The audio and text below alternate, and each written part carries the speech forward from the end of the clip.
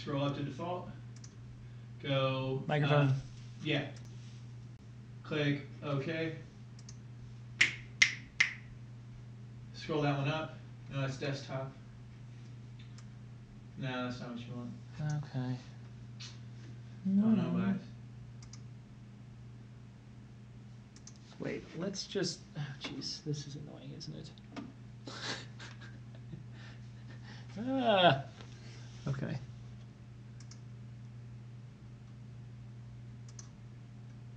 Unhide all. Yeah. Yeah, we're going. That's on. Yeah, we've been probably. Who's setting up audio? I don't know. It wasn't me. Okay. Yes. Yes. All right, let's keep talking. CB Turtle says we're going to be on in a sec. What does it say? The name is already in use. Oh, I tried to. We'll deal with it later. I wanted to hide this thing. Just All right click. right, all right. Oh. Just right click. Just right click. Make it big? Yeah. So white. Okay. Very good. Very good. So, we're here with this, and here's what we're going to do. I'm Brady. I'm going over graphing polynomials today. Levi is going over non-essentials. Non-essentials. It says right there. It does. Yes, it does. It does. It's okay, you didn't know. Yes.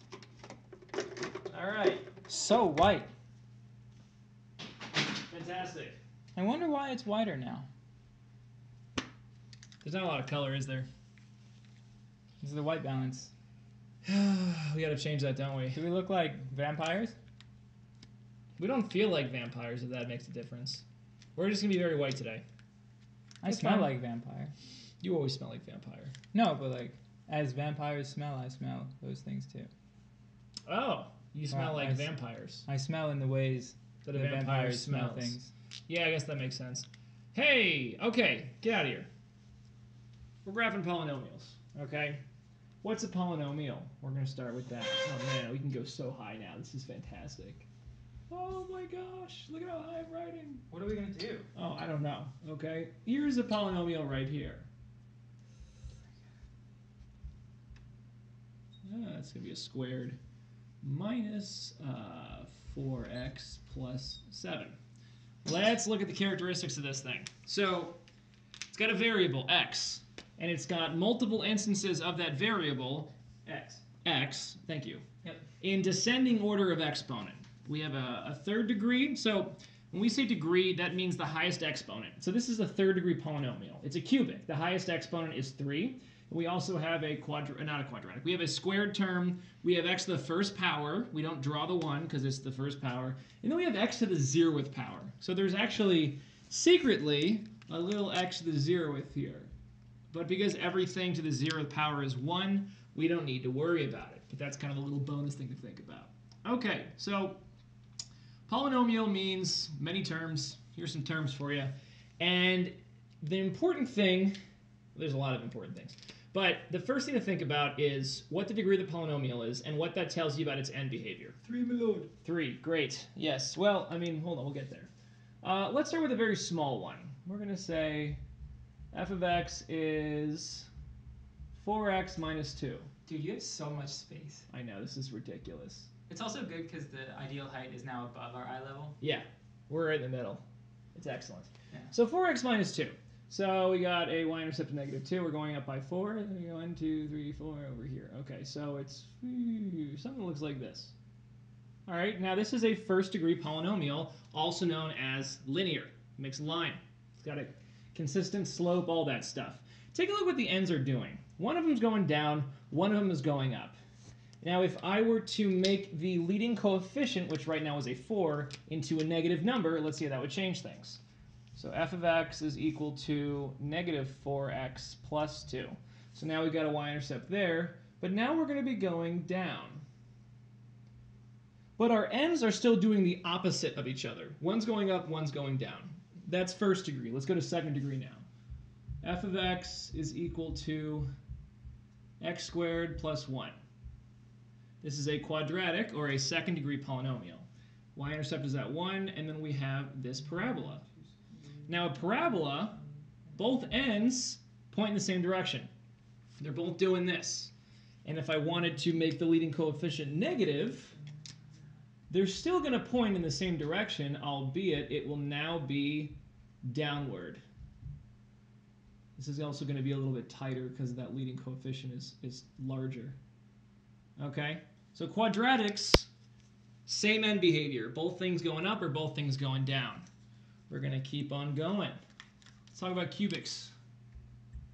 F of x is equal to x cubed minus 2. Keeping the y-intercept simple. No terms that are not just the leading term plus a little constant at the end. So we're going to be going through here. They look something like this. Okay? Opposite ends. Woo! Something like that. Look at me, I'm cubic. Nah, I'm more of a square. No. You done? No, I'm going to keep going. Got it. And then if you have a negative leading coefficient, negative 2x cubed, this one's going to go through the origin. It's going to be tighter, but it's going to be doing this. Okay? Opposites. Lastly, to complete the pattern, we're going to go to a quartic, or fourth degree polynomial. F of x is equal to x to the fourth. There, look at all these graphs I'm drawing, Levi. I'm drawing so many graphs right now. Are you happy? Yeah, I am. Okay, so this is going to be like, it looks like a very tight parabola. They both go up in the same direction, okay? Negative, what do you think is going to happen? Going to go down towards the same direction. So there's two things going on. If you have an even exponent, your polynomial is taken to an even degree, which are these and these. Your end behavior will be the same, which means they're both going to go in the same direction or down in the same direction. What causes you to go up or down is the positive slash negativeness, the word for that is sign, but not like trig sign, you know, just like positive negative sign, of your leading coefficient. Okay, if your leading coefficient is positive, everything's going up. If it's positive, everything's going up. If it's negative, going down, negative, going down. Then if you have an odd degree polynomial, which is going to be to the first power, to the third power, to the fifth, to the seventh, you've got opposites going on, okay? If you have a positive coefficient, you're doing this. You're starting down here in the third quadrant, and you're ending in the first quadrant. You're going in that sort of diagonal direction. If you have a negative leading coefficient, you're going to be going down, starting in the second quadrant, going down to the fourth quadrant. So when you take a look at a polynomial, it's difficult to graph exactly where it's going to go, but there are some clues that let you get a general sketch down. And part of that is take a look at your leading coefficient and what degree kind of polynomial you have. And then you can get a sense of, okay, what the end behavior is going to look like. All right? Very good so far. Should I just keep writing down here now? Because I can, which is excellent. Oh, man. There's so much space. I could like keep going over there if I wanted.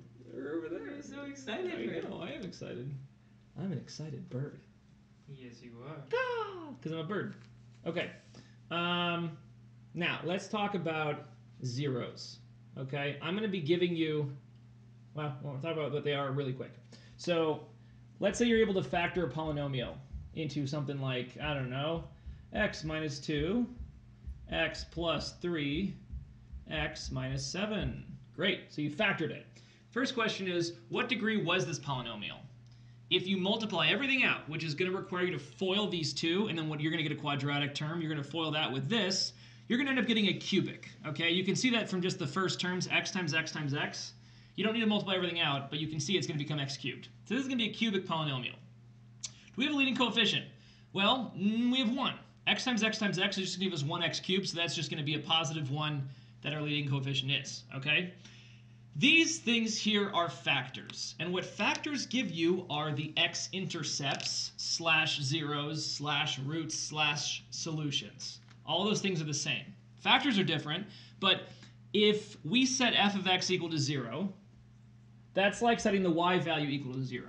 And if you set the y value equal to 0, you're on the x-axis. All right, think about that. If you're at y of 0, that means that you're somewhere on the x-axis, which means that all of your x values that would make this happen are the x-intercepts. So if we set this, x minus 2, equal to 0, it's going to give us an x value of 2. So x is equal to 2, x is equal to negative 3, x is equal to 7. If x is any of those numbers, then one of these factors would be equal to 0. Hence, multiplying them all together will give you 0. Okay? So these right here are your x-intercepts. So this is also a clue. Okay? We know it's a positive cubic, and we know the x-intercepts. So let's see if we can draw something out here. We're going to put it right there and right there. Okay, so I know that it's positive cubic. So I know that it's going to be this right here. I'm going to get rid of this x to the 4th. All right, opposite ends, and also it's going in the positive direction, so it starts out negative and goes positive. Now let me graph all of our x-intercepts. So we have negative 3, so we're going to say 1, 2, 3, positive 2, and positive 7. 1, 2, 4, 5, 6, 7. Okay. I should probably move this out a little bit, otherwise it's not going to fit. Great. So how do we connect all of these zeros and these lines? Well, something like this. Something like that right there. And a marker started to fade. Is that better? Well, you can kind of see it. Ugh. It gets worse as you go through it. Okay. Now, a couple of things here. There are turns in this graph. We don't see any turns on a linear. We see one turn on a quadratic. Depending on how you structure your coefficients, you could have 2 turns in a cubic, 3 turns in a quartic. The basic idea here is that the amount of turns you could have, you don't need to have it, but you could have, will be the degree minus 1. So this is a cubic polynomial, which means 3 is our degree, which means that we can have 2 turns at most. 2 turns at most, okay? We got 1 turn, 2 turn. I'm calling them turns, but that's when you start going from positive to negative or negative to positive. It's when your slope switches sign. You have a little max, you have a little min. Those are turns right there. There's a bird called an Arctic tern. Really? T-E-R-N. You gotta know that I'm a bird. You didn't know that. All birds know all other birds. You didn't know that. We don't get offended if you say that either. You didn't know that. No, I did know that. Arctic birds? Arctic terns. Arctic terns. Some of my best friends are Arctic terns. I doubt it. I'm a bird. Oh. Very good. Excellent. That's the good stuff right there. That's the good stuff. Great. Okay. Now, one other thing we could figure out is our y-intercept. I'm sorry, our x-intercept. No, I'm sorry, our y-intercept. Wow. Wow, wow, wow, wow, wow. When we're at our x-intercept, oh my gosh. When we're at our y-intercept. Am I throwing you off? No, I don't know. I'm a bird. X is equal to 0. All right? When you're somewhere on the y-axis, your x is equal to 0. So finding what our y-intercept is quite easy. You just plug 0 in to all of your x terms. So f of 0 is going to be, that looks like a backward 6. So 0 minus 2, which is going to be negative 2, times 0 plus 3, which is positive 3, times 0 minus 7, which is negative 7. This is going to be, it's going to be a positive number, positive 42. That's our y-intercept. So I know it doesn't look like it. It's probably going to be way up here. So I should modify this a little bit. It would, in truth, it would go up a ton compared to like our scale on the x-axis. But we're looking at something like that. That's what we're looking at. Weird camel hump. Again, this is just about ballparking, okay? Parking at a ballpark. That's not what it means. It's about sketching and getting a rough shape of something. Great, okay. There is so much on this board right now. I'm so excited for this. Sorry guys, we restructured our studio, and now we can use way more of the board. We've lifted everything up, so we can actually draw up here and draw down here if we want. Although, the lighting is bad at the moment. Yeah, I think that's a white balance thing. Yeah. We'll fix it for next stream. Okay. All right, so I have more to talk about. Ugh. Zeros, dude. Types of zeros. Are you kidding? Yeah. That's exciting. Yeah. All right, we're gonna get rid of all this. A lot of stuff to clean. It's so high up. I know. Can you reach it? Yes. Oh. We can. Yeah, This is so exciting. I know, it's very exciting. I just drew 4 graphs and like a couple equations. Hey, I wanted that. I wanted that. Okay. Gotta get a little orange right there. There you go.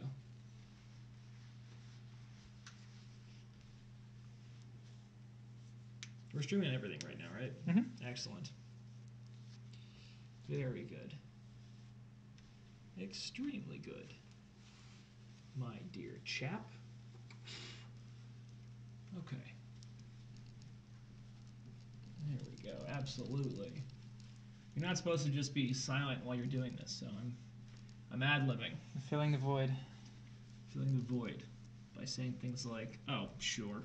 No, definitely. Well, interesting. Oil prices being what they were. What they are. Oh. It's what they are. All right, I'm going to continue now. We're doing great so far, guys. Doing absolutely great. The next question, or the next concept here, are types of zeros. Yeah, I can write types up here. That's fine. Types of zeros. 2 types of zeros. There's the zero where you come, you hit the x-axis, and then you go. You can come from the top and also bounce. These are called, well, these are bouncing zeros, basically. And then you've got the type of zero where you approach it, wham, and you break on through to the other side. Okay? These are big. These are very, very big. And what the difference is the multiplicity of the factors. And I know that means nothing. It'll make sense in a second. All right? We're going to call these even zeros and odd zeros. It's the easier way to say it, okay? When you got a bounce, you got even. You got a going through, you got an odd zero. Here's what this looks like. X minus 2 squared. Or perhaps x plus 4 to the 6th. Odd, you've got x minus 2, no, x minus 3. That could be 1, x plus 7 to the 3rd. It is the degree of these factors, what the exponent is that they're taken to, that informs whether it's going to be a bounce or a breakthrough. Okay? So here we have an even exponent, so it's going to be bouncing at 2. We can have to the 6th. That's also even. It's going to be bouncing at -4. If you have just a plain old factor with nothing there, that means that the exponent is 1, which means it's an odd zero, which means it's going to break through the x-axis. Same with cubic, all right? Odd zeros break through, even zeros do not. Armed with all of those things, you can do a pretty good job of graphing a polynomial, if and only if it's already been factored or if you can factor it. If it's just in its long form, it's standard, not factored at all, then, good luck. You're going to be able to get a little bit of it, but, you're going to be able to get the end behavior, the Y-intercept, and that's pretty much it, unless you're able to factor it and solve for x when, y is 0. That's kind of an important part. So let's give ourselves something to graph. Let's say we have f of x is equal to -4 x. I should be putting this in parentheses. I still can. Here we go. -4 x plus 1 squared. X minus 3. We're going to leave it as that for right now. Okay? First question is, what degree is this polynomial? Well, I would get an x squared term if I multiplied this out. As an x plus 1 squared, I have to FOIL it. I'm going to end up getting an x squared. I'd also have to multiply it by this, which would mean we have an x cubed. And our leading coefficient, this is -4. It's going to be applied to whatever the product of these things is. So the first term I will have is -4x cubed. And that is very important because it tells us, number one, it's cubic, which means it's an odd polynomial, an odd degree, okay, which means different ends. We're going to be doing this, we're going to be doing this. It is a negative leading coefficient, which means we're doing this right here. We're coming up from up here, the second quadrant, we're going down to the fourth quadrant, okay? So let's start to eyeball this thing, which means you take out your eyeball and you give it to this because it needs an eyeball. All right, negative cubic. Here's what I know so far. That's what I know so far. That's the end behavior.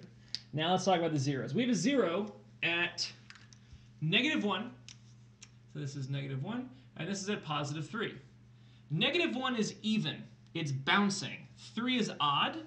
The factor is odd. The number 3 doesn't matter if that's odd or even. The factor is odd, so it's going to break through. So let's put some things here. We've got -1, and we have +3. So that's 1, 2, here we go. Okay, the last thing is, what's our y-intercept going to be? Well, if you put 0 in for everything, we're going to have, put it down here, we have -4 times 0 plus 1, which is just going to be 1, squared, times 0 minus 3, which is going to be -3.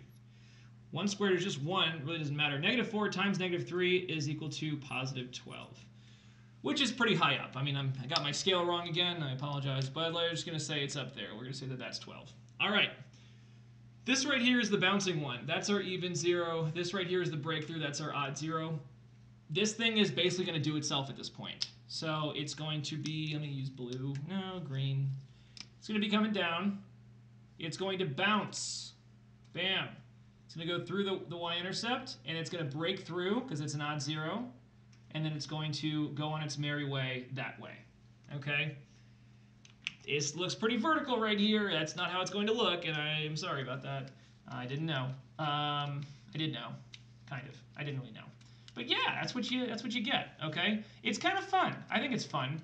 You put your zeros down. You mark E and O, so you know if you're going to bounce, you're going to go odd, you're going to put your end behavior down. Then the thing is just going to graph itself. There's only one way it's going to work. You can't say, oh, well, you know, this is an even 0. Maybe I'm bouncing from the other side. You'll know what side you're coming from. You know, start with your ends and say, I know I'm breaking through here, so I have to break through there. I know this is a bounce, so at some point I have to bounce here, and then you'll find yourself going the way that you're supposed to go.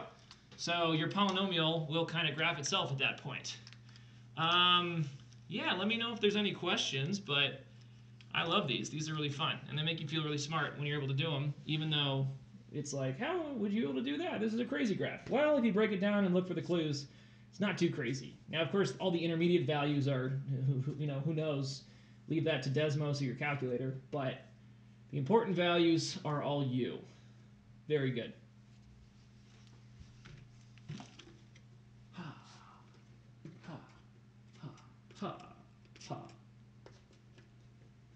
Hey, anyone who's watching, just to make sure our chat's working, can you send us a little message?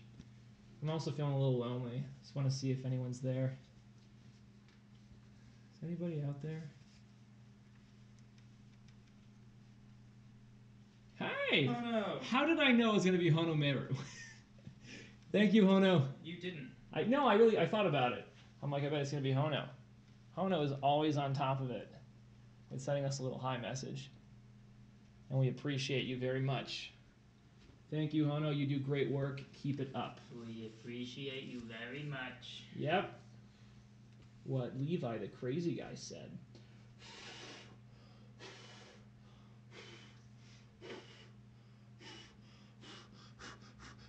Gonna try that. Okay. Levi, are you ready? Yeah. You gotta do what? For what? For non-essentials. I actually started an SAT prep class and I already hate it. Oh no. Is it ours? Yeah, is that your underhanded way of saying that you hate this? Now we know you're not talking about us. If you have any questions that the class doesn't clear up for you, then we'll answer those. Yes. And if you're paying for that, you could also pay us. We do tutor. Single, group rates, you know. We also don't tutor. Well, yeah, a lot So, of like, our time is dedicated to not tutoring, Yeah. but that doesn't mean that We some make of our less time- money during that time. Correct, yeah. Significantly less. Yeah, I would say so. Like right now. Yeah. Here we go. All right, Levi. I gotta What? fix this. This is weird. Okay. Yeah, dude, super weird. It's up to you. It's up to me. Okay. I don't like my English teacher because he taught us how to guess better than actually thinking it through. You're used to the word then. We want to talk about that. Do you mean... Yes, you should mean THAN. Because then with an E is talking about a time. I'll see you then. Let's meet then. If you're doing a comparison, I have more than you want to use THAN. So he taught you how to guess better than actually thinking it through, or rather than actually thinking it through. Because there's really no comparison if you set it up like that. Taught us how to guess better than actually thinking it through. Unless you're saying you're guessing better than you'd be doing if you thought it through. No. But if he's just teaching you how to guess better, I'm going to say you're going to say guess better rather than actually thinking it through. All right, Levi, give him heck. I'm going to give him heck.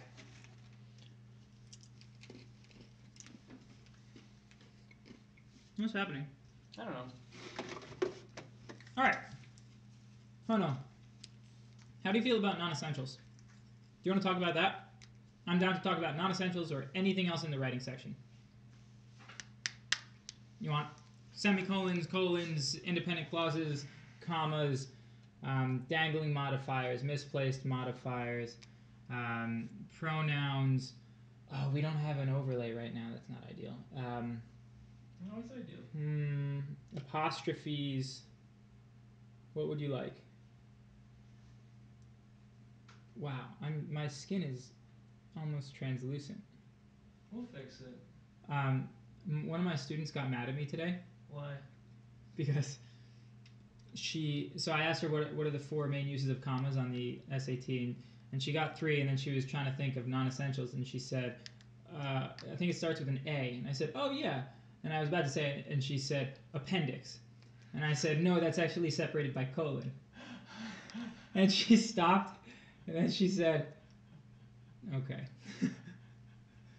Oh, Yeah. man. I was super pumped. The difference in clauses, because I don't know how to do the grammar portions well. The different like independent versus dependent clauses. Oh no, we can do that. Also, stop me very soon if that's not what you meant. But we can talk about independent and dependent clauses.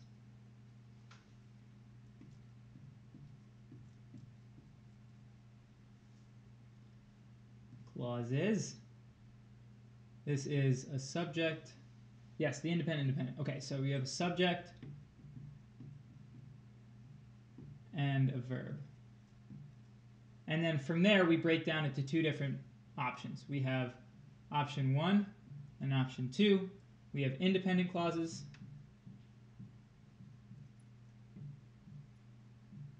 and we have dependent clauses.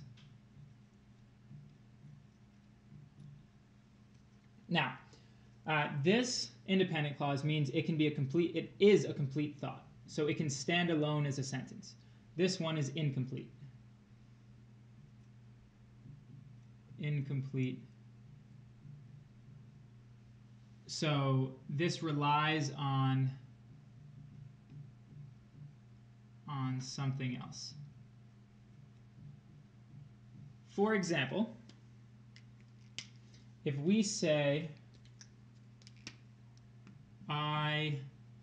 give me a verb, Bird. Observe. Observe. I observe. This the basic idea generally is, can this be a sentence on its own? Is this a complete thought, or is it a clause? Yes, it is. We have a subject, we have a verb. So let's actually write that in. This is the subject. This is the verb. Complete thought, so it's an independent clause. But now we can change it up. If I add before this, as I observe, this guy right here is a dependent clause marker. That's not a technical term, I don't think, but it doesn't. What it does is it changes this independent clause to a dependent clause, because what you need now is, as I observe, I learn, or something like that. You need something else going on. Or I listen to music as I observe. Now, it might be nice to know what you're observing, but it's not necessary. This whole thing is a dependent clause. It requires more information to have a complete idea that begins and ends. So this is not an independent clause. It contains a clause here, but it's not independent. That's super, super, super important. Does this make sense to you, Hono? And anybody else?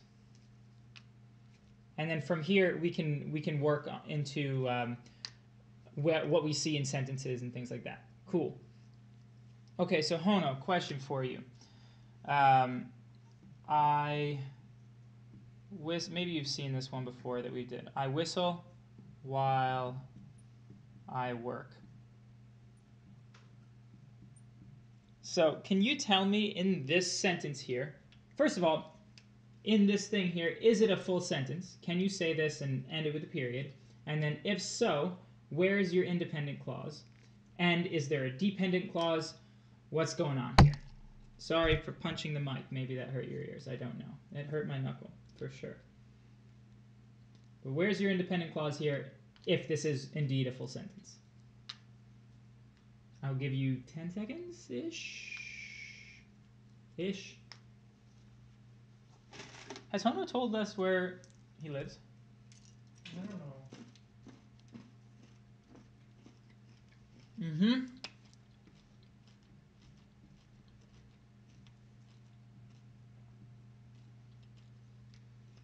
Independent clause, I whistle. I do that while I work. Makes sense? Good. So I'm glad you got that. Now if we invert it, we have while I work.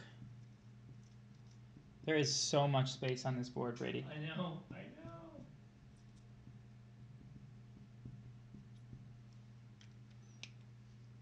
So here, we're going to have, first of all, we're going to have a comma. And then we're going to have this be the dependent clause. And this be the independent clause. This is one of the 4 uses of commas that we talk about. Now, there are some weird esoteric, not esoteric, but uses that they almost never test you on. Sometimes you might be tested on, you need a comma before you have quotes, and you need a comma at the end of those quotes unless there's some other form of punctuation. Very, very, very unusual. But this is one of the 4 big ones, which is while I work, comma, I whistle. Dependent clause, comma, independent clause. You do not need a comma between IC and then DC, but you do need it for DC, comma, IC. Do you have any questions on any of this? Does this give you any ideas of other things that are more nitpicky than this that maybe you want us to clarify for you? Or are you very happy? Or maybe both of those things are simultaneously true.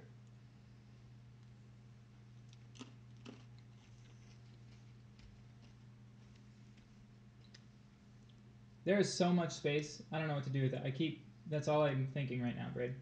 It's tough, man.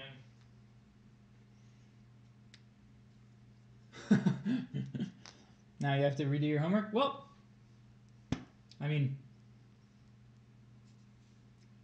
I'm not going to apologize, but yeah. So they gave you homework. What kind of homework did they give you in this class? Is it just identifying independent clauses, or blah, blah, blah, blah, blah.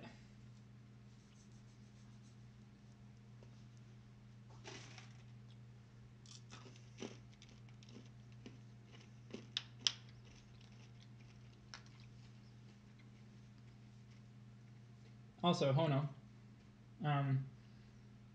I fully intend on, if you actually watch the stream consistently, I fully intend on helping you more than your paid SAT class helps you. That is my goal. The one due soon is just fixing sentences or keeping it the same. Got it. So it's just practice. General practice. Is it, is this a full sentence or not? Also, Hono, does the visual look super different from the way it has? Does it look better, worse? What are your thoughts? Or did you not really notice anything?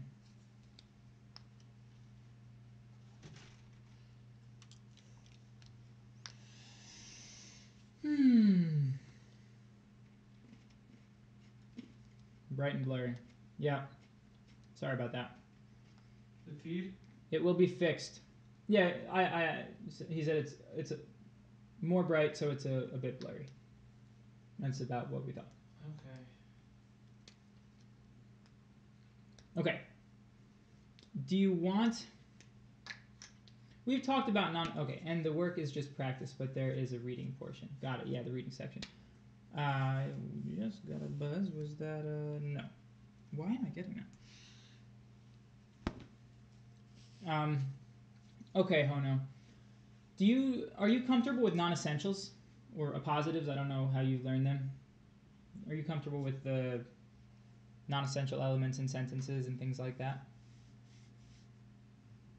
Because if so, awesome, and then I really don't feel like teaching it. Very good. Okay.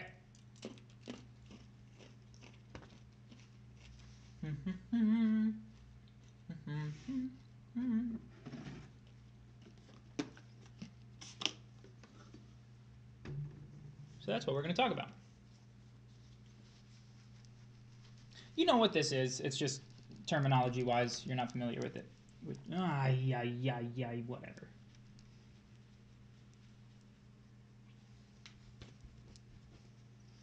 Okay.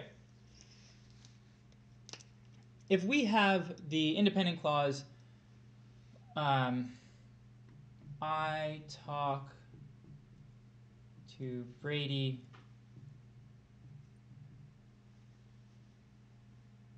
about the birds and the bees.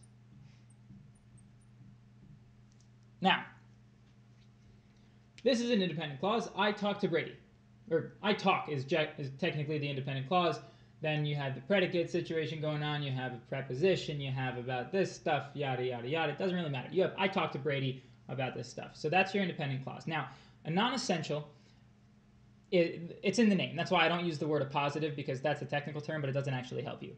A non-essential is not essential to the sentence. Independent clauses are essential to the sentence. But if we want to add in something, you know, a little fun and flirty and extra, then we say, I talk to Brady, my son, about the birds and the bees. This is a non-essential right here. Let's just write that in because we have so much room. If we take out the non-essential, the sentence still works. And we have to offset it on both sides with commas. Or you can use dashes, or you can use parentheses. They will not make you choose between any of those three options if they're used correctly. Now, you can't use a comma and then a dash. You have to do 2 dashes or 2 commas or parentheses. Does that make sense so far? Oh no. And then we'll move into nothing. It's not more complicated at all. Honestly, it's just a little bit more stuff. Okay, good. Now, so in this case, we have a situation where it is an independent clause, and then we continue it over here. But then in the middle, we have comma. I'm going to write non for non-essential, and then comma on the other side. But we can have the situation where we just have an independent. So this is number 1. Number 2 is an independent clause, and then you just have a non-essential, and then it ends. So in this case, we could do, why don't we just do a little bit of that? Oh my goodness. You see what happened, Braid? No. Okay.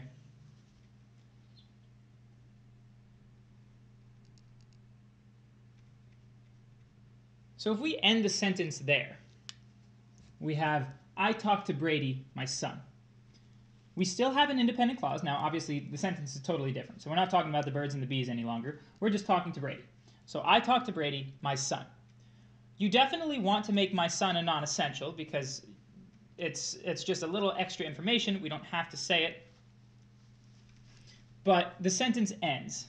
So we don't need the comma at the, after son as it was there before, because we're not offsetting it from any independent clause parts after the non-essential. So we just end the sentence. Just becomes, I talk to Brady, my son. We can also do the same thing at the beginning. And now what I've done is not left myself any room. I guess I'll do it here, which is not great. So here, we'll start with a non-essential. So non-essential, comma, and then the independent clause. In this case, what are we going to do?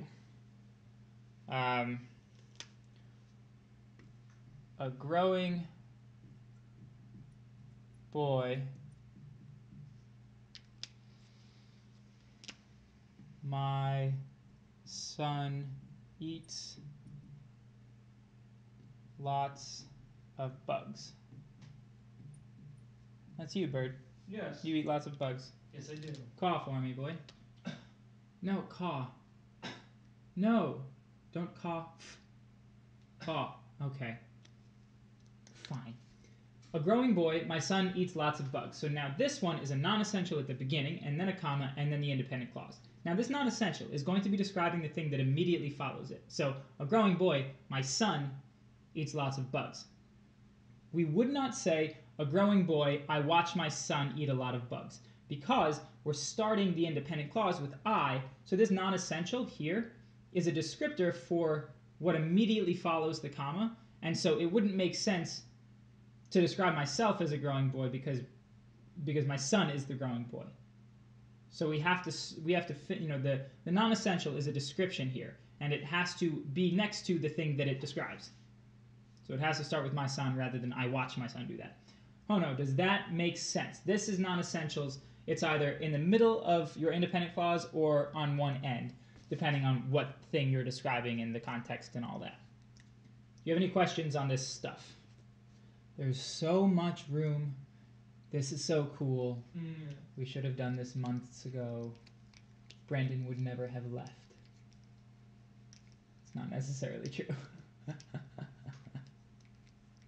Very good. Okay, cool. Other stuff you want to know? We're just tutoring you for free, so whatever you want to talk about. Also, anybody else who's not Hono, who also is studying for the SAT or ACT, then, you know, ask us your questions and we'll answer your questions and then we'll go from there. What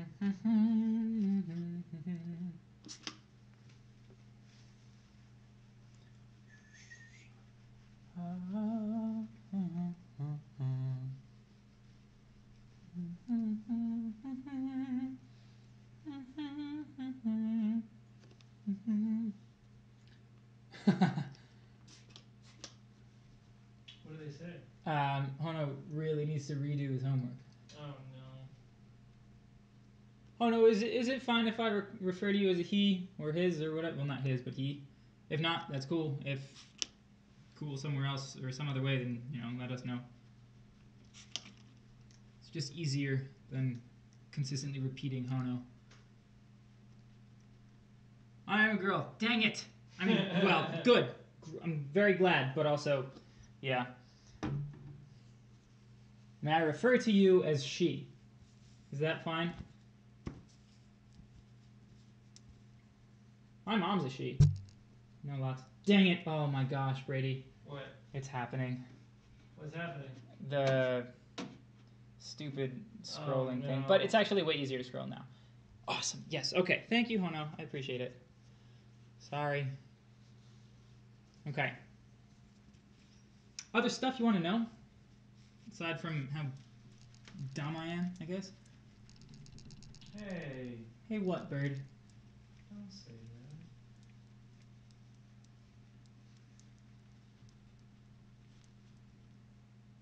We should clean this board again. Your newspaper trick?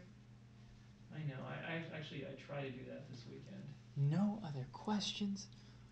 Okay.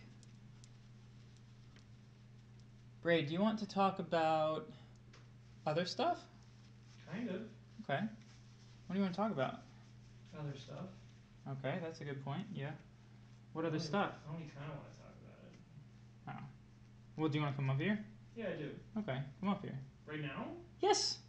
Right now. Man. We're streaming. This has been live. This entire time? Yeah. Oh no. Mm-hmm. Well, let's see. Wait, here. Catch us. Ready? Yeah. The streak? The streak? You need another one? No. What about the streak? No, you have to do a problem. What's the problem? What am I going to do? What? That's not an answer. Right. How about I prove the quadratic formula? No.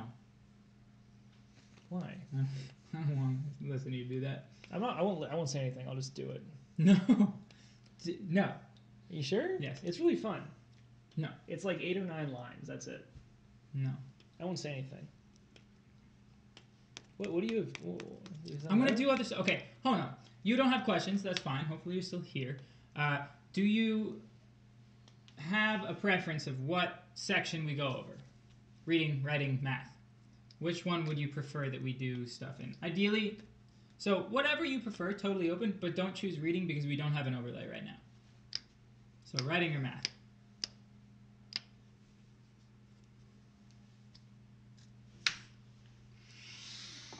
Math. Hono says math.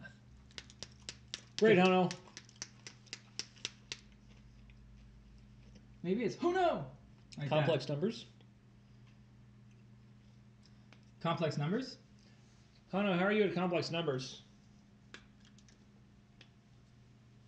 You know I stuff. 3 plus 2i. You're good at it. Fantastic. Very good. Dang it. Very good. Do you know how to divide complex numbers? Would you know how to do something like this? Only test she got a 100.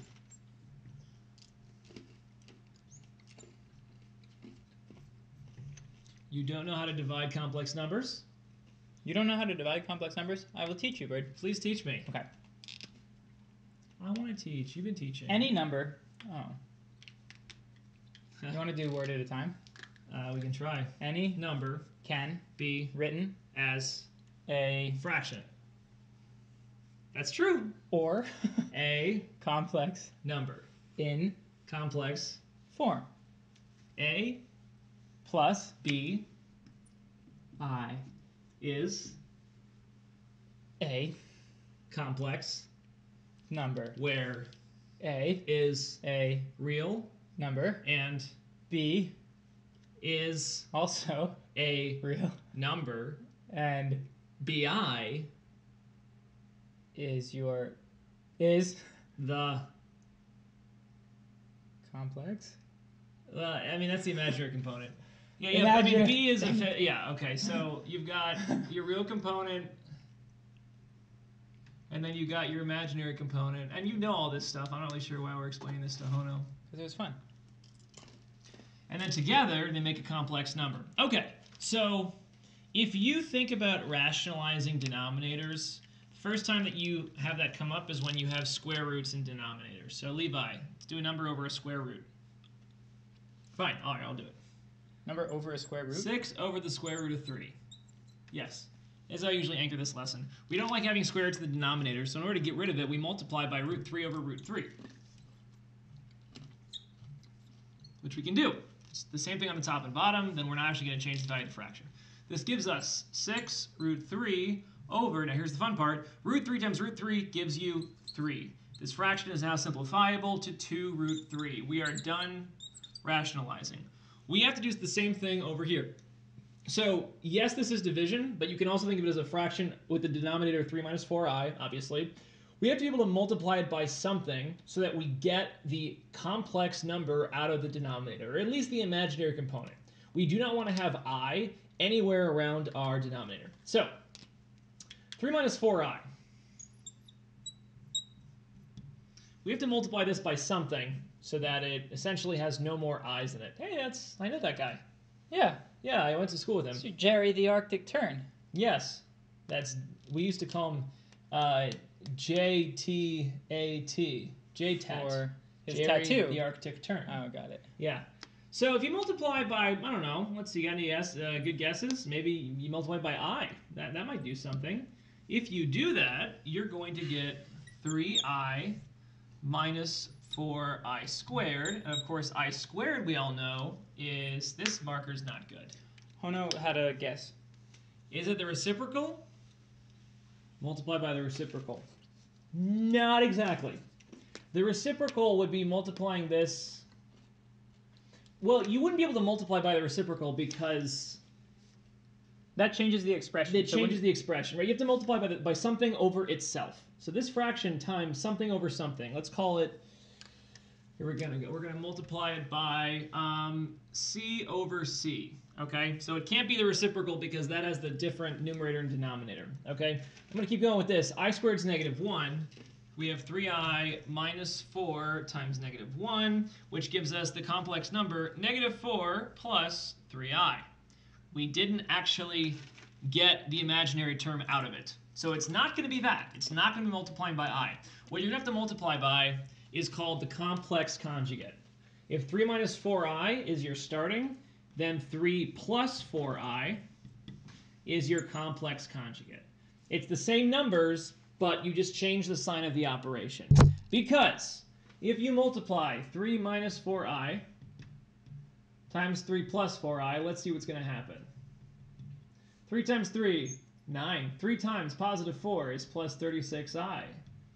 Negative 4i times 3 is minus 36i. Negative 4i times positive 4i will be minus 16i squared. The positive and the negative 36i cancel each other out, which is awesome. We have an I squared here, which is -1. So minus 16 times -1 will be plus 16. So here we have 9 plus 16, 25, imaginary is gone. Just like that. Complex conjugate is what you want to multiply by. So this fraction here is 4 plus 2i over 3 minus 4i. We got to multiply that by the complex conjugate of the denominator, which is 3 plus 4i over 3 plus 4i. Now we already know that the bottom is going to give us 25. In order to get the top, we're going to have to multiply these two together. We're going to have to do FOIL. 4 times 3, 12. 4 times 4i plus 16i. 2i times 3 plus 6i. 2i times 4i will be plus 8i squared. Simplify. This is going to be 12 plus 16 plus 6 is going to be 22i. And then this is going to always make sure your I squareds turn to -1. So this is going to be minus 8. That's all over 25. Let's combine like terms. 12 minus 8 will be 4. We have 4 plus 22i over 25. That is your simplified fraction without imaginary components in the denominator. You could break it apart fully if you want it in terms of a plus bi by saying this is going to be the same thing as 4 over 25 plus 22. I don't like that sound at all. Over 25. All right, that right there is going to be complex form. Yeah, that's kind of fun. Just pet my bird. Maybe I should be better if I did this. There we go. Who's a good bird? You are. Who's a good bird? You are. I'm a good bird.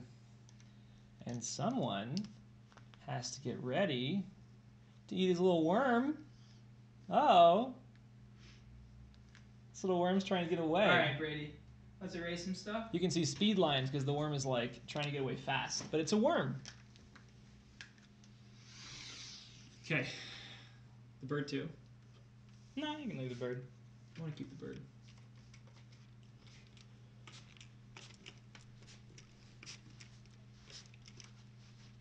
That's enough. Yeah. I know. You think I don't know that? I know that. You always do too much. That's not true. Too much. You looking for a new apartment? Yeah. What? Why?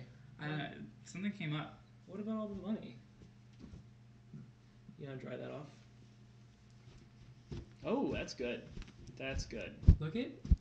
We have so much space. I know! So much You think space. I don't know that? I know that. You know that. You think I don't know that? Hey, let's talk about our sponsor. Oh, yeah. That's a good idea. Look at this. Look at that. Alta Look ipsum. at it. So, Bird has discovered alta ipsum. Alta ipsum in Latin and in Greek and in Spanish mainly means summit yourself. So it's a way to make yourself better. It's an online organizational app. So executive functioning stuff, which is a new term that I really haven't dealt with. I never heard of A executive couple years functioning. ago, I heard for the first time in the context of tutoring. And it is a place where you can record all of your grades and track those. It'll tell you when things are going up, when things are going down. Whoa, whoa. Uh-oh. Oh, No, goodness. just up and down, that's all. And it allows you to input a test or something that you have, and it'll set up a study schedule for you or a term paper that you have to, and then you can customize that. It's very useful if you use it, and you should Correct. use it. It's Yes. also free. Yes, For a it's month. free for a month. Yes. Give it a shot for a month, see what you think. You can also decide to put in Nerdish. We stream Tuesdays, Wednesdays, and Thursdays, 8 to 9:30 p.m. Eastern Standard Time. And you can color code it. So make this a fun color. Make it fun and flirty. I don't know. I think you'll like it. One last thing, it will reduce the amount of worry that you put into school and stuff. Because if you try to just remember everything when everything is due, what kind of grades you're getting, it's a lot of space in your brain. Outsource it to an app. Let the app do it for you. We are in the process of becoming cyborgs anyway, so don't let it get you down. Just put it all in the app. And then just listen to the app and do what it says. Everything it says, Yes. always. AltaIpsum.com For you. today. Yeah. What are those? It's like all the things that they say at the end of drug commercials. Oh, that's right. Are they Side like- effects include. This heartburn medicine might give you heartburn. Things like that. That's the opposite of what I wanted. I wanted less heartburn. Fewer heartburn. Wow, no. Okay. I got that one right. Bird. 1, 2, 3. You got it? Yeah. I got it too. Bird. That was useful. Can you make that screen darker? Which one? That one. Chat screen. Hey! Hono!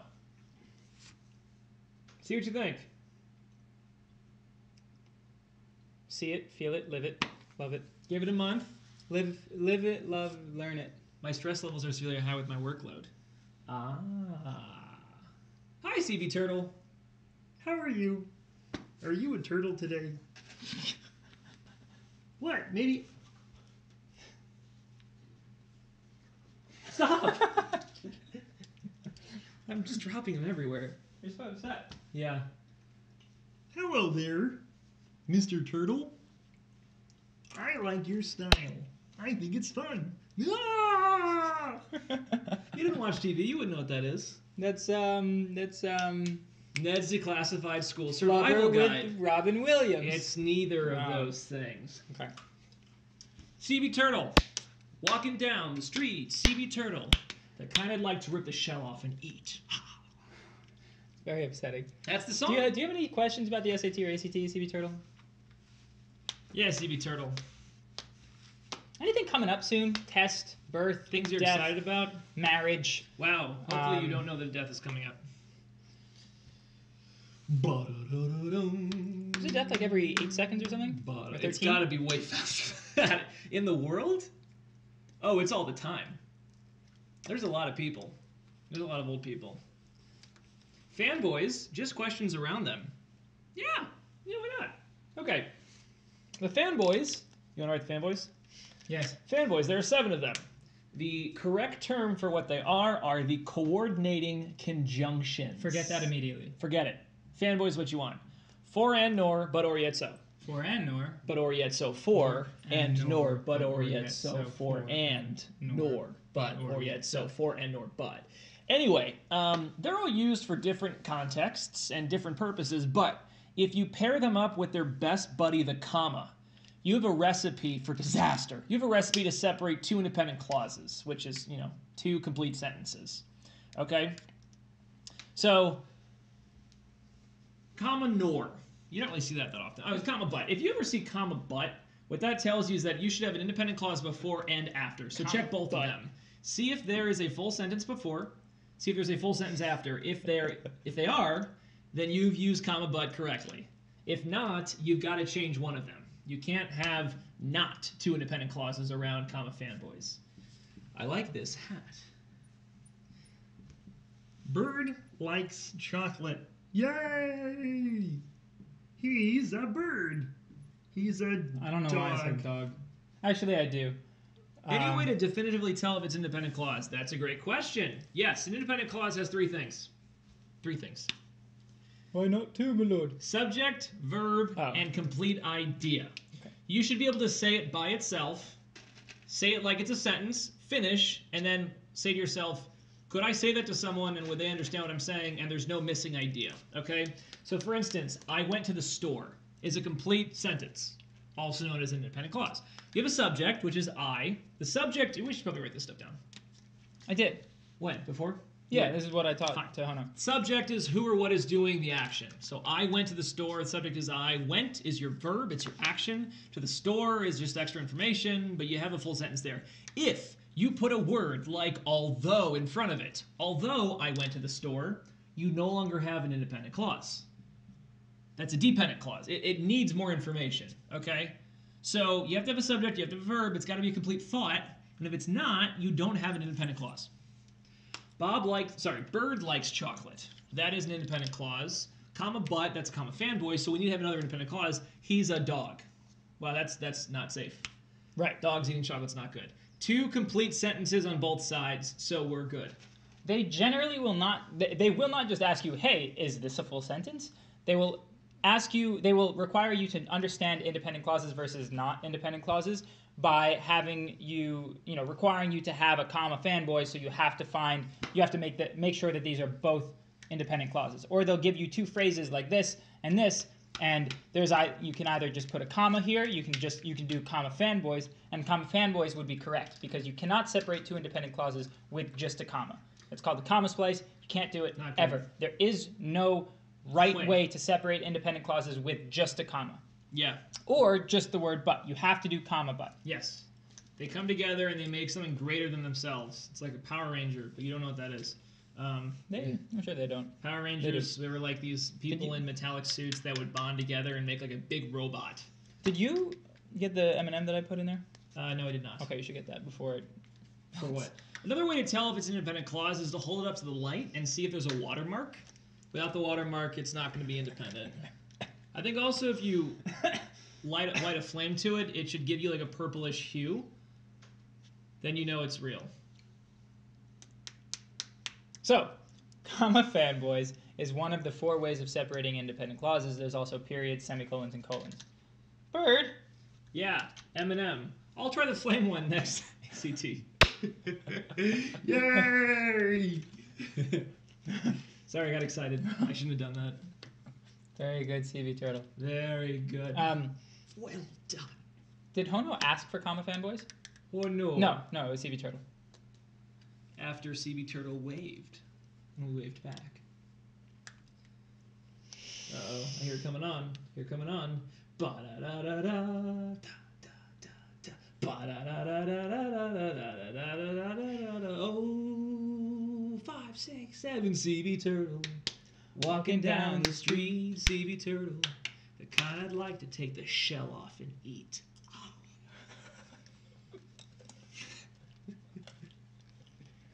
It's amazing that... Never mind. Oh, man. I gotta inject me like a tranquilizer or something. I'm crazy. I don't know what I'm gonna do. I'm a menace to society. CB Turtle, yeah. You look hilarious. Turtle, won't you take your shell off? The colors are absurd. Purple and green. CB Turtle. You want me to put that on too? Take off your glasses. And the mask? Yes. Well, hold on. Oh, wait. I have to put the mask on first. Gotta put the mask on first. CB Turtle. Hold this. Yep. Okay, and then glasses. And now you're gonna explain. CB Turtle, what's next? Any tips or tricks you guys suggest? Aside from holding it on above a flame.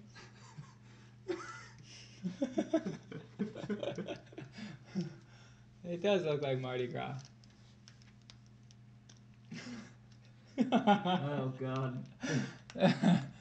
Oh, Is this terrifying to see? It's not actually terrifying at all. It's very friendly looking, to be honest.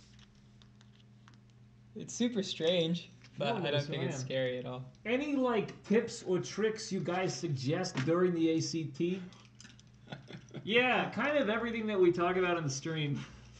Except this. This is not going to help you. But if you watch us, we every day that we stream, we'll give you tips and tricks. What sections are you having trouble with? CB Turtle, we've talked about food and things like that. Those aren't really tricks, but they're definitely tips. You don't want to not eat food or not bring water, bring extra calculator.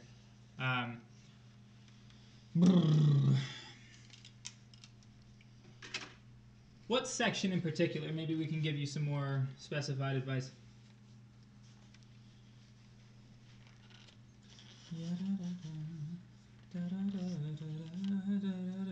Hey, what is that? That's probably good. Can't be bad. Oh, it's fine. There we go. Reading and English. Reading and English. Oh my gosh. Oh my gosh. Huh. You know the reading books. Do you? Jeez. Bob! Oh! Bob Jamero. Shoot. We explain what? Oh, paired evidence question. Oh, you want to talk about that? Unfortunately, tonight's not the night, Bob, because... Well, we can explain the concept. Yeah, we don't have the overlay tonight because we are still having some technical difficulties. Oh, what is that? I don't know. Should I look at it? No, I'll Okay, look at it. fine. Yeah, well, we can talk about kind of the overall stratagem. So you got a question, number 7. Huh? And then you've got your A, and your B, and your C, and your D. And then question 8 is, which gives you evidence to answer the previous question?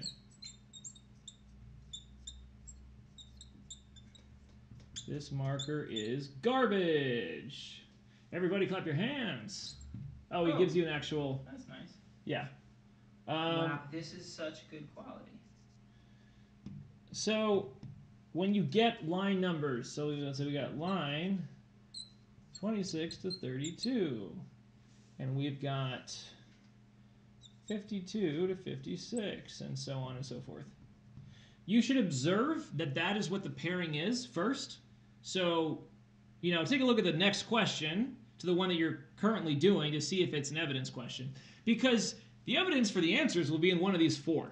So you don't need to go searching without any help to try to find the answer to this first question, because it's bound to be one of these 4 things. So it should be kind of questions that you do simultaneously, rather than one and then the other. Let's see. No, don't apologize. We love it. Levi's looking it up right now. We got our best guy on it. Well, CB Turtle, what book did you pick up from the dollar store? I'm interested. Bob, thank you for that file. That's awesome. It's the 2018 October test for the SAT, but fantastic quality. Oh man, The best quality I've seen. Actually. Really? Yeah, I don't know where did you get that? You that's don't have to tell awesome. New messages. Click a little click. New huh? messages. 1 sec. Let me check. So One sec. for Let me those check. paired 2-part questions, you read the first I question. already told him. Oh. Yeah. Do you think he'll do it? Just listening to you? I dared him to. Did you really? Yeah, I dared him. I don't think you can do that as a tutor. I triple dog dared him, and when there are 3 dogs involved, you have to do it. What if it's 3 dogs in one head? Like an inverse Fluffy. That'd be terrible.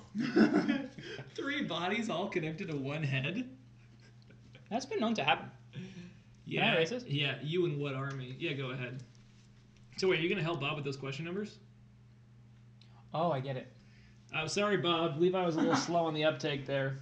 Really totally unaware of what. The witches. It's about the Salem witch trials. That sounds kind of interesting. Oh. I can tell you the Salem witch trials.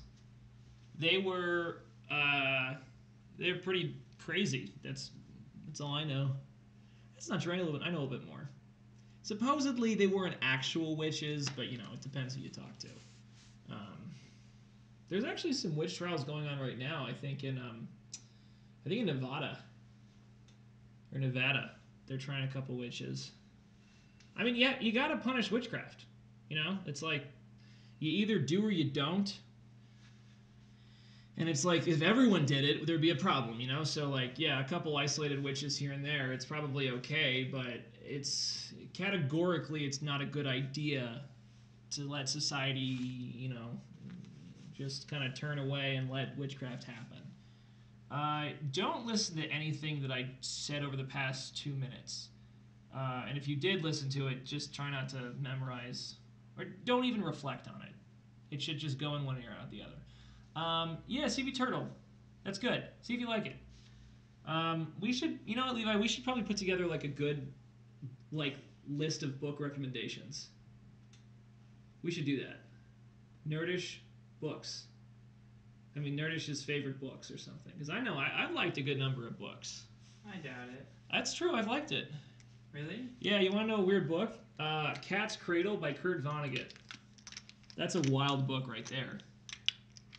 Kurt Vonnegut's a crazy cool writer.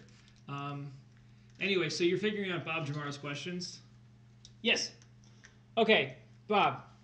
We're working on an overlay thing tomorrow, maybe. Hopefully, yeah, why not? Where we can pull up stuff that you give us in Discord, even though this isn't Discord, but it's fine. So I'm going to do 21 first. 21 and 22.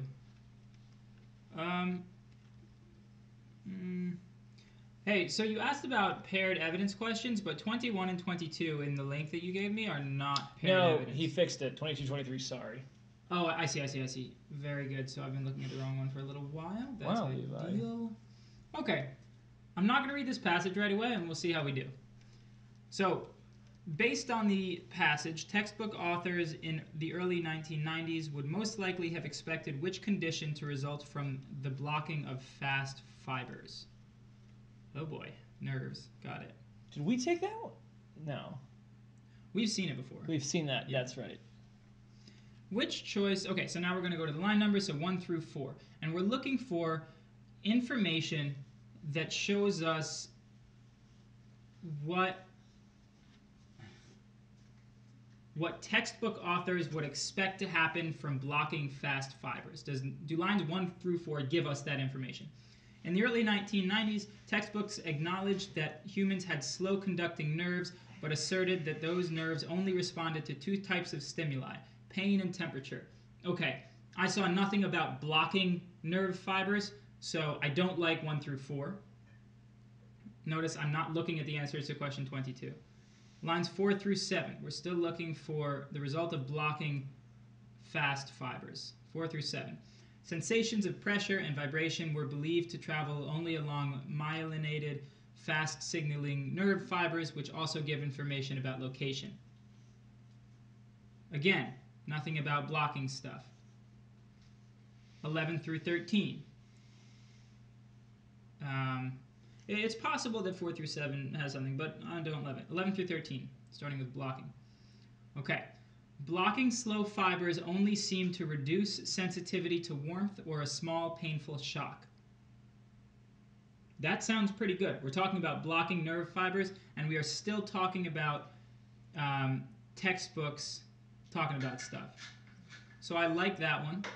And then 31 through 33 is, in contrast, fast conducting fibers already known to respond to touch signal at a rate between 35 and 75 meters per second. Also, nothing to do with blocking. So now I'm thinking that 23 is C. I might be wrong, but let's see what's going on in 22. The rate at which other nerve fibers fired would increase. No, we're not talking about other nerve fibers. I would recommend crossing off individual words in the answer choices. So that was dangerous. I shouldn't have done that. It was a bad idea. So I don't like other, so I'll cross that off in A. B, the test subject would perceive gentle stimuli as painful.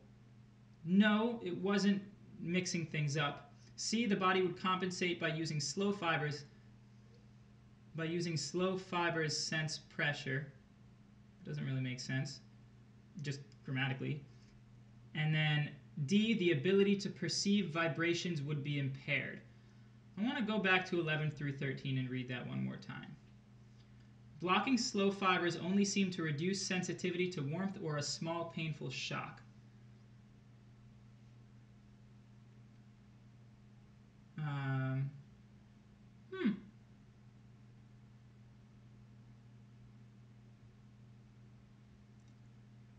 Oh, that's blocking slow fibers. Oh, wow, I almost made a mistake. I did make a mistake. 11 through 13 doesn't work because that's talking about blocking slow fibers. So, I'm taking a long time to do this. I apologize, Bob. Are you still here, by the way? I don't want to just be talking to nobody. But that would be cool if you were. Blast. Okay, so C is wrong because it's talking about slow fibers, and we want fast fibers. So notice that in 22, the question is... Very good. The question is, these authors would most likely have thought this thing. So it's not, the passage will not say what they thought would happen if you block fast fibers. They're saying, this is my second time through now, they're saying what would they most likely think if you were to block them. So lines 4 through 7, I want to go back to those. Sensations of pressure and vibration were believed to travel only along myelinated, fast signaling nerve fibers, which also give location info about location. I think 4 through 7 would be the answer then, because it tells you what fast fibers do, and then the question 22 is an inference question. What would they most likely think would happen if you block those fibers? Well, if you block those fibers, because 4 through 7 says that vibration is sensed in them, I would say that 22 would be D, the ability to perceive vibrations would be impaired, and then 23 would be B, 4 through 7, because it talks about what these fast fibers do. Does that make sense, Bob? Awesome. Okay. That's a dangerous question. But I figured it out because I was proving 3 wrong. So I liked 11 through 13, and I didn't really like anything else. But then 11 through 13 didn't actually support anything in the first one, which is good, because if it did, then I would have gotten it wrong. So I realized 11 through 13 was wrong because it didn't support anything. I had to go back, and I was paying more attention this time, and when I read the question, I realized it was an inference question. So I didn't have to find blocking. I just had to know what textbook authors thought about fast fibers, or fast whatever type of fibers. Very good. Okay. Wow, this is great quality. That's pretty cool. Okay, what do we got? What do we got? So, you would find evidence. Yes. Hey Bob, just put it all in one thing so I don't have to, because I have to scroll down because our interface is dumb. And then read closely. Yeah, okay, so these tests. Almost nothing they ask you is too hard. Maybe some stuff on the math, you just don't know that mathematical concept. But on the reading section, aside from not knowing a word or two, you understand what's going on. Your brain is going to work at the level that it needs to work, but you need to point it at the right stuff. So, barring time, you are trying to identify all the little pieces that could get in the way of a wrong answer. Do not try to find the right answer. That is your last step. Your first step is to identify all of the little pieces of the question and don't get them jumbled in your mind. You're not just looking for the existence of some term in the answer choice that exists in the passage. To see which one would correspond to that idea when it says inference. Yes, so it's good to be able to identify the question type because then you know what type of things you're looking for. So in this case, it wasn't just a detailed question. It wasn't saying, what did the authors, these textbook authors say? It asked, oh shoot, what did I do? What have I done? What have I done? Your phone? No, it's Vinith's. He's, hey Bob, I may have just deleted your last comment, by the way, or on my computer. So I missed that last thing that you said. Sorry. You could just copy and paste it again. Maybe I can read it.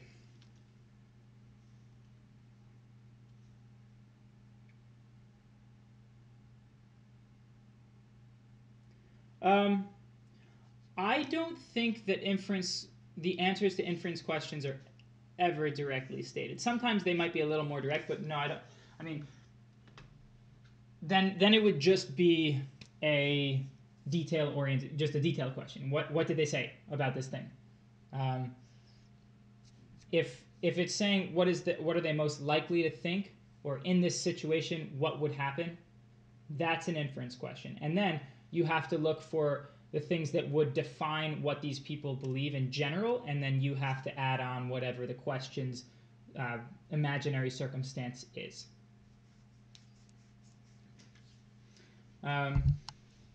So that,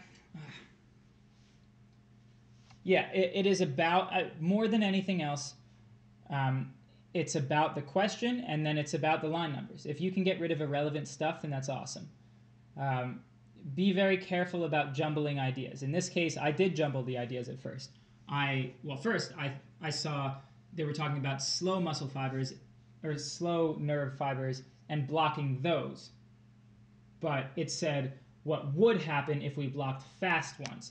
So it was evidence for that, and that's why 11 through 13 was put in there. That's why they asked the question like that, because blocking stuff was in the passage, but it was blocking the wrong stuff, and I got caught by that. Every single answer choice is in the passage in some capacity, but the way that if you're thinking about the question correctly, you won't choose that answer. But you have to be careful of, it's not character A loving character B, it's character B loving character A. Those jumbles of relationships or extreme circumstances, those, when they say it's always this, when the passage actually said it was this most of the time or something like that. It's generally the small words that matter that make an answer right or wrong. The big words are going to be in the passage.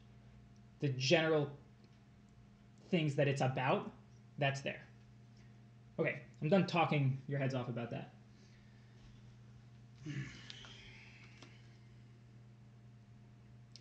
Why is this not working? Braid. What happened? I don't know. Messages? Yeah, it's not working. Oh, we'll make it work. I'm trying to make it work. Well, why isn't it working? I don't know. I was trying to make it work. There's more M&Ms though. I'll give you an M&M if you come up here. Not enough motivation. Okay. I'll come up there though.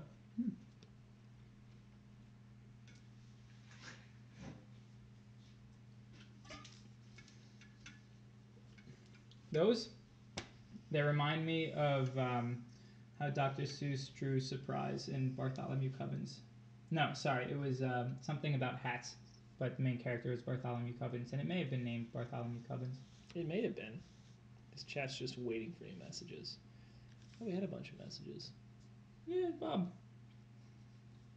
Do you have any other questions, Bob? Look at that little guy there, huh? Hello, little guy. Look at this little worm. Yeah, that's kind of nice. This worm is crawling into my pocket. This little worm of mine, I'm gonna let it Crawl into my shine. pocket. This little worm of mine, Oh! I'm gonna let it Crawl into my shine, pocket. let it Crawl into my shine, pocket. let it Crawl into my pocket. shine, let it... Crawl into my pocket. It's a song. It is a song, very much so. I think it's the credits song to Flubber with Robin Williams. I love Flubber with Robin Williams. Never seen that movie. You've never seen it? I was scared of it. Flubber's so spunky. He's a little green guy. He just kind of jumps around and stuff.